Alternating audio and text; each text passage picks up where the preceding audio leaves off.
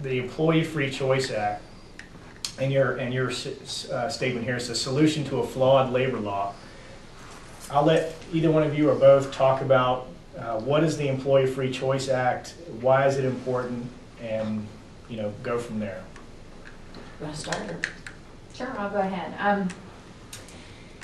I think the Employee Free Choice Act is taking a look at the process. We talked earlier about why the basic right for workers to organize is really at the center of any other right you can think about for the workplace. But there are a lot of barriers, and they're not accidental. There are actually dozens of very well-funded, very orchestrated efforts to do almost anything and everything in their power to block workers from exercising their right to organize in the workplace. So the Employee Free Choice Act is really taking a look at getting those barriers out of the way. For instance, what type of barrier? Well, retaliation is really the biggest one. There really are dozens of ways to retaliate, whether it's through shifts, whether it's through terminations.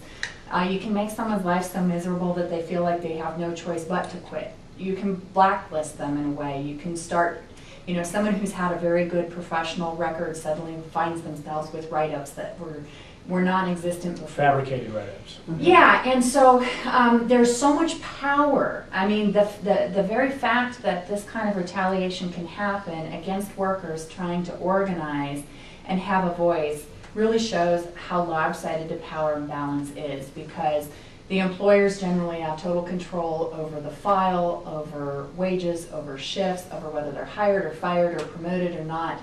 And so the playing field is so imbalanced right now that we need the Employee Free Choice Act to make sure that there's finally some teeth and some meaningful consequences to employers.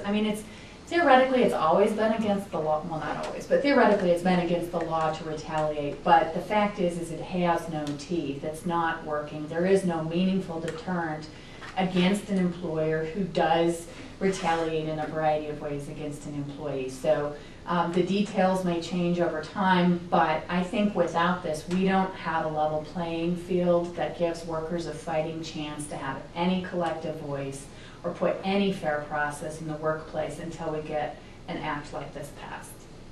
And just for you folks watching, we can take organized labor for the 5-day work week, the 40-hour work week, paid time and leave, health insurance, those type of things. So these guarantees that we have in the workforce today didn't drop out of the sky. They were actually fought for in the 20s, 30s, and 40s.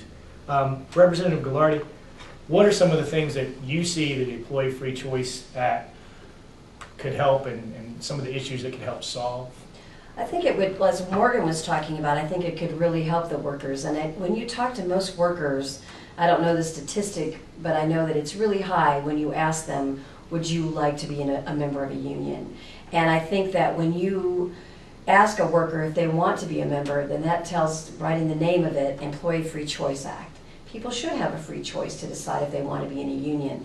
And if you increase the penalties on the employers to say you can't stop this, you shouldn't be interfering, calling people off the job or fining them or writing them up, to make them so that they don't want to stand up for themselves, because most employees would like to have a union to represent them. And talk about the two-vote issue, like when you're organizing and you say all the workers have a vote. Talk about the two-vote rule that currently exists. What currently exists is that when you go into a building or into a market and you're going to organize people, you go there and you get enough cards and you have to get a certain percentage of the vote. So you have to get 50% plus 1.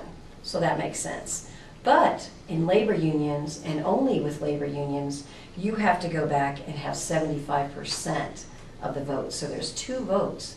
And no election in the United States has that they have to fall into. Like for myself, I'm a newly elected official for House District 27. I won by 111 votes. And if I had to go back and do that a second time, think of all the work and the effort and all the things that could play into that to stop that. There really is no reason. It's a lot about fairness as well. Why should any group of people have to have their election twice? Why should the workers have to go through that or the people who are trying to organize them go through that. Well, and I was just thinking the analogy, if we had corporate board meetings have to vote twice, anytime before they could take an action, or anytime they had an election for a board of an organization, that they do it once, twice, supermajority. If we did that for homeowners associations across the country. We drag that forever. I mean, we really have assumed a simple majority is 50% plus one in every other election, from local to presidential and office. Corporations expect to run their own businesses with a single election on simple majority. Homeowners, I mean, every other election. So I mean, to really hit, I can't think of any other example where you would have even a second election plus adding the supermajority requirement. I mean, there's really only one purpose for that, which is to try and lend bad law to officially help stop workers from organizing. And I don't really think good employers, frankly, have anything to fear from their workers organizing. It's the, it's the ones that are pulling out all the stops that really make me wonder what it is they're so afraid of, and why they would lobby so hard to put such an absurd law on the books in the first place. Mm-hmm. The only exception to that rule, I wish we had a double vote in 2000, the presidential election. There might have been one time where I would have voted for that.